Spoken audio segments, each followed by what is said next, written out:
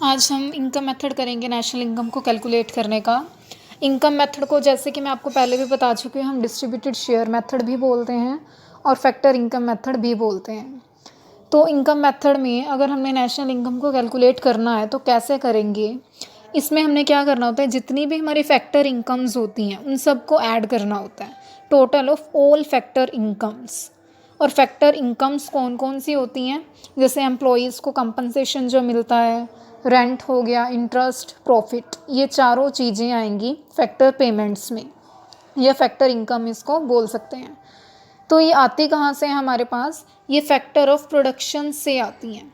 Factor of production कौन कौन से होते हैं, अगर हमें प्रोडक्शन करना है तो हमें कौन कौन से फैक्टर्स की ज़रूरत पड़ेगी, लेबर की, लैंड की, कैपिटल की और एंटरप्राइज की। तो लेबर से कौन सी फैक्टर पेमेंट बन जाएगी, कंपनसेशन ऑफ एम्प्लॉयज़, लैंड से हो जाएगी रेंट, कैपिटल से हो जाएगा इंटरेस्ट और एंटरप्राइज से हो जाएगा प्रॉफिट। तो इन फैक्टर ऑफ प्रोडक्शन के लिए जो रेम्यूनरेशंस पे की जाती हैं उनको हम फैक्टर पेमेंट्स बोलते हैं। इन फैक्टर पेमेंट्स के टोटल को ही हम यूज़ करेंगे इनकम मेथड से नेशनल इनकम कैलकुलेट करने के लिए। तो इसमें किस किस का टोटल करना है इनकम मेथड में नेशनल इनकम को कैलकुलेट करने के लिए, compensation of employees, rent, interest and profit. और किन का लेना है हमने, अगर तो हम सिर्फ अपनी डोमेस्टिक टेरिटरी के अंदर जो लोग आ रहे हैं उनका ले रहे हैं फिर तो हो जाएगा वो डोमेस्टिक इनकम। और अगर हम हमारी टेरिटरी से बाहर भी जो नॉर्मल रेजिडेंट रह रहे हैं इंडिया के उनको भी इंक्लूड कर रहे हैं तो वो हो जाएगा नेशनल इनकम। अब फैक्टर इनकम का क्लासिफिकेशन आपको समझाती हूँ। फैक्टर इनकम्स को हम कैसे कैसे क्लासीफाई कर सकते हैं।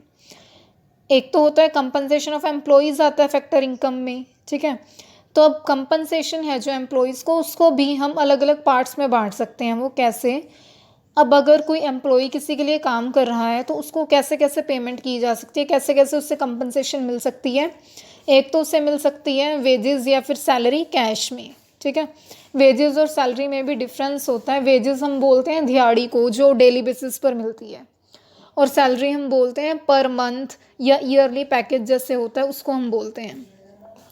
तो जो कैश में वेजेस एंड सैलरी मिलती है वो कंपनसेशन का कंपोनेंट है, और wages and salary in kind का मतलब होता है कैश में मिलने के बजाय उसकी जगह कुछ और मिल गया। जैसे मान लो कि कोई पर्सन किसी कंपनी में एम्प्लॉयड है और वहाँ पे उसे सैलरी के बजाय उन्होंने अपनी कंपनी में से कुछ शेयर दे दिए उसे, ठीक है, शेयर्स दे दिए या फिर कुछ डिवेंचर्स वगैरह इशू कर दिया, ऐसा कुछ हो गया, मतलब शेयर्स वगैरह कुछ स्टॉक वगैरह दे दिया अपनी कंपनी का, तो वो आ जाएगा इसमें। इन काइंड का मतलब ये है। और उसके बाद है employers contribution to social security. यहाँ पर आपने ये चीज़ ध्यान रखनी है, यहाँ पर एम्प्लॉयर वर्ड यूज़ हुआ है, एम्प्लॉई वर्ड यूज़ नहीं हुआ। एम्प्लॉई हम बोलते हैं जो किसी के अंडर काम करता है, और एम्प्लॉयर हम उसे बोलते हैं जिसके अंडर एम्प्लॉई काम करते हैं। मालिक को हम एम्प्लॉयर बोलेंगे जो दूसरों को जॉब देता है। तो यहाँ पर हमने कंपनसेशन ऑफ एम्प्लॉयज़ का component employers contribution to social security को मानना है, ना कि employees contribution to social security. Employers contribution to social security होता क्या है, जैसे मान लो कि आपने देखा होगा कई जॉब्स में, गवर्नमेंट में तो होता ही ऐसा और कई जगह प्राइवेट में भी ऐसा होता है, एम्प्लॉयज़ से प्रोविडेंट, जो एम्प्लॉयर होता है वो अपने एम्प्लॉयज़ को प्रोविडेंट फंड भी देते हैं कुछ ना कुछ, ठीक है। तो वो होता है employers contribution to social security. उसके बाद है पेंशन ऑन रिटायरमेंट। अब आपने देखा होगा कुछ गवर्नमेंट जॉब में जब रिटायरमेंट हो जाती है उसके बाद पेंशन भी मिलती है ना, जैसे आर्मी में जो लोग होते हैं उनको मिलती है, और गवर्नमेंट जॉब्स कोई लोग करते हैं जो उनको मिलती है रिटायरमेंट पर पेंशन, तो वो भी कंपनसेशन का पार्ट है।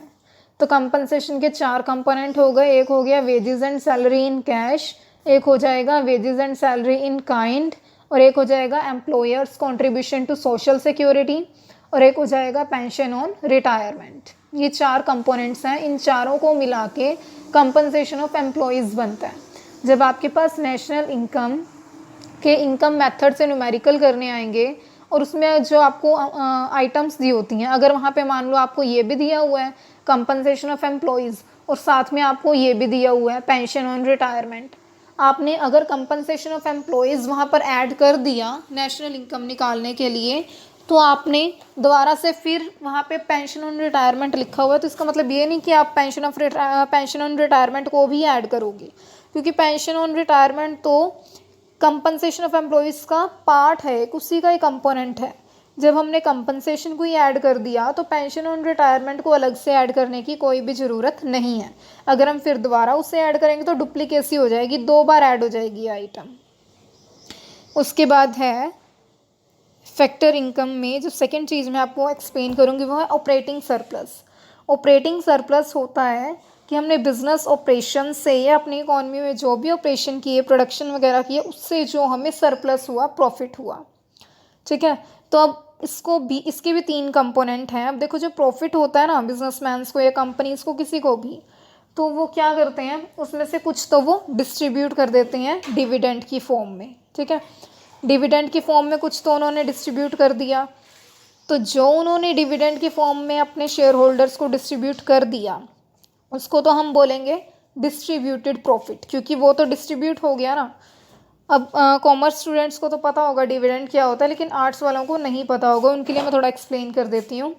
जैसे जो कंपनीज़ होती हैं वो, उनको अपनी कंपनी को चलाने के लिए पैसा चाहिए होता है, तो उनके खुद के पास इतना पैसा नहीं होता, इसलिए वो क्या करते हैं, अपनी कंपनी के शेयर्स लोगों को बेच देते हैं, और जो लोग शेयर खरीदते हैं वो बदले में कंपनी को पैसा देते हैं, ठीक है। तो अब जो लोग शेयर खरीदते हैं वो शेयर होल्डर बन जाते हैं। वो शेयर्स क्यों खरीदते हैं, बदले में उन्हें डिविडेंड मिलता है, एनुअल बेसिस पर हर साल उन्हें डिविडेंड मिलता है बदले में। डिविडेंड शेयर होल्डर्स के लिए इनकम होती है, तो इसी के कारण वो क्या करते हैं, शेयर्स को खरीदते हैं। तो जो कंपनीज़ को जब प्रॉफिट होता है तो उस प्रॉफिट में से ही वो शेयर होल्डर्स को डिविडेंड देते हैं। कंपनी के लिए डिविडेंड क्या होता है, खर्चा, और शेयर होल्डर्स के लिए डिविडेंड इनकम होती है। तो जो प्रॉफिट होता है उसमें से एक कंपोनेंट तो क्या निकल गया, डिविडेंड का, जिसको हम डिस्ट्रीब्यूटेड प्रॉफिट भी बोलते हैं। और अब कंपनी को जो प्रॉफिट होता है उसमें से गवर्नमेंट को भी तो टैक्स देना पड़ता है ना, तो वो हो जाता है कॉरपोरेट प्रॉफिट टैक्स, तो ये भी ऑपरेटिंग सरप्लस का ही पार्ट है। उसके बाद है अनडिस्ट्रीब्यूटेड प्रॉफिट। अब देखो, कंपनी को जो प्रॉफिट हुआ उसमें से उसने टैक्स भी दे दिया गवर्नमेंट को, डिविडेंड भी डिस्ट्रीब्यूट कर दिया, अब जो बचा सारा कुछ डिविडेंड देने के बाद, टैक्स देने के बाद जो उसके पास बच गया उसको हम बोलते हैं अनडिस्ट्रीब्यूटेड प्रॉफिट। मतलब ये वाला प्रॉफिट किसी में वो डिस्ट्रीब्यूट नहीं करेंगे, इसलिए इसको बोलते हैं अनडिस्ट्रीब्यूटेड प्रॉफिट। और इस प्रॉफिट का वो क्या करते हैं, अगर बिज़नेस में कभी भी कोई इमरजेंसी आ जाए या कभी उन्हें अपना बिज़नेस एक्सपेंड करना पड़ जाए, तब वो इस प्रॉफिट का यूज़ करते हैं। इसको तब तक के लिए वो रिटेन करके रखते हैं जब तक कोई इमरजेंसी नहीं आ जाती है, जब तक कोई ऐसी नीड नहीं है जब उसको यूज़ करना पड़ जाए, तो वो उसको अपने पास संभाल के रखते हैं, रिटेन करके रखते हैं, दोबारा से अपने बिजनेस में लगा देते हैं इस प्रॉफिट को, इसलिए इसको हम रिटेन्ड अर्निंग भी बोलते हैं। तो अब मैंने आपको ऑपरेटिंग सरप्लस के 3 कंपोनेंट बताए, डिविडेंड, कॉर्पोरेट प्रॉफिट टैक्स और अनडिस्ट्रीब्यूटेड प्रॉफिट। तो अगर आपको न्यूमेरिकल क्वेश्चन में ऑपरेटिंग सरप्लस दिया हुआ है और साथ ऑपरेटिंग सरप्लस दिया हुआ है, वो आपने ऐड कर दिया, ठीक है, नेशनल इनकम निकालने के लिए। अब अगर आपको मान लो न्यूमेरिकल में इसके 3 कंपोनेंट्स में से भी कोई कंपोनेंट दिया हुआ है, तो अगर आपने एक बार ऑपरेटिंग सरप्लस को ऐड कर दिया तो इसके किसी कंपोनेंट को अलग से ऐड नहीं करना, क्योंकि ये ऑलरेडी ऑपरेटिंग सरप्लस में इंक्लूडेड है। उसके बाद थर्ड इसमें क्लासिफिकेशन में आपको बताया हुआ है मिक्स्ड इनकम। मिक्स्ड इनकम में क्या मतलब है, जैसे जो मैंने आपको बताया था ना कि कौन कौन सी फैक्टर इनकम्स होती हैं, profit, interest, rent, compensation of employees, ये 4 चीज़ें बताई थी, इन सब के मिक्सचर को मिक्स्ड इनकम बोला गया है। पर आप बोलोगे कि इसको तो हम कंपनसेशन ऑफ एम्प्लॉयज़ वाले हेड में भी कर चुके हैं, ऑपरेटिंग सरप्लस में भी ये सारा कुछ हो गया, तो अब यहाँ पे दोबारा से अलग से मिक्स्ड इनकम क्यों है। जो पहले थी वो तो क्या था, कंपनसेशन मिल रही थी एम्प्लॉयज़ को किसी और के अंडर काम करके। यहाँ पे जो मैं मिक्स्ड इनकम में कंपनसेशन वगैरह की बात कर रही हूँ या फिर कुछ भी इंटरेस्ट वगैरह की, ये सारा कुछ कैसा है, सेल्फ एम्प्लॉयड पर्सनस की इनकम है यहाँ पर। मतलब ये लोग किसी और के अंडर काम नहीं कर रहे, ये लोग अपनी ज़मीन पे काम कर रहे हैं और अपने ही पैसे को इन्होंने लगाया हुआ है, खुद ही अपने लिए काम कर रहे हैं, इन्होंने बाहर से किसी को हायर नहीं किया, ये सेल्फ एम्प्लॉयड हैं। तो जो सेल्फ एम्प्लॉयड पर्सन्स हैं उनकी जितनी भी टोटल होगी जो रेंट वगैरह होता है, अब जैसे देखो कोई अगर अपने ज़मीन पर ही काम कर रहा है तो उसको रेंट तो नहीं देना पड़ेगा ना।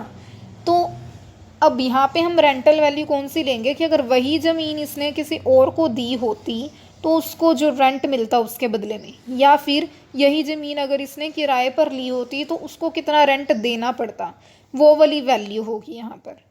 ठीक है, तो यहाँ पर हमने सारों को मिक्स करके क्यों लिखना है, क्योंकि जब हम हमारे सारे रिसोर्सेज अपने ही हैं, लैंड भी लेबर भी सब कुछ अपना है, तो हमारे लिए एक एक चीज़ का अलग अलग का एस्टिमेशन लगाना मुश्किल होता है। तो आपने ध्यान रखना है मिक्स्ड इनकम में मैंने किन लोगों की इनकम ली है, सेल्फ एम्प्लॉयड पर्सन्स की। तो अब ये सारे कंपोनेंट्स थे, फैक्टर इनकम्स थी ये सारी, कंपनसेशन हो गया, ऑपरेटिंग सरप्लस, मिक्स्ड इनकम। तो जब हम इन सारों को ऐड करेंगे तो अपना क्या आ जाएगा, net domestic product at factor coast. ठीक है, यहाँ पे डोमेस्टिक मैंने बोला, ये डोमेस्टिक आया, ऐसा डोमेस्टिक मैंने क्यों बोला, क्योंकि हमने जो अब्रोड में हमारी कंट्री के नॉर्मल रेजिडेंट रह रहे हैं उसकी इनकम को नहीं, अभी मैंने आपको यहाँ पे कहा ना कि हमने ऐड किया, मैंने ऐसा तो बोला ही नहीं। तो अगर हमें नेशनल इनकम निकालनी है, ये सारा कुछ करके डोमेस्टिक आई, अगर नेशनल निकालनी है तो इसमें हमें एक चीज़ और ऐड करनी पड़ेगी, वो है net factor income from abroad.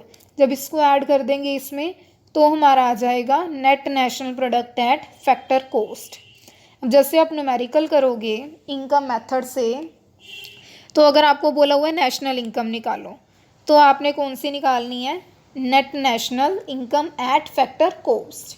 अगर आपको बोला है डोमेस्टिक निकालो तो आपने निकालनी है net domestic product at factor coast.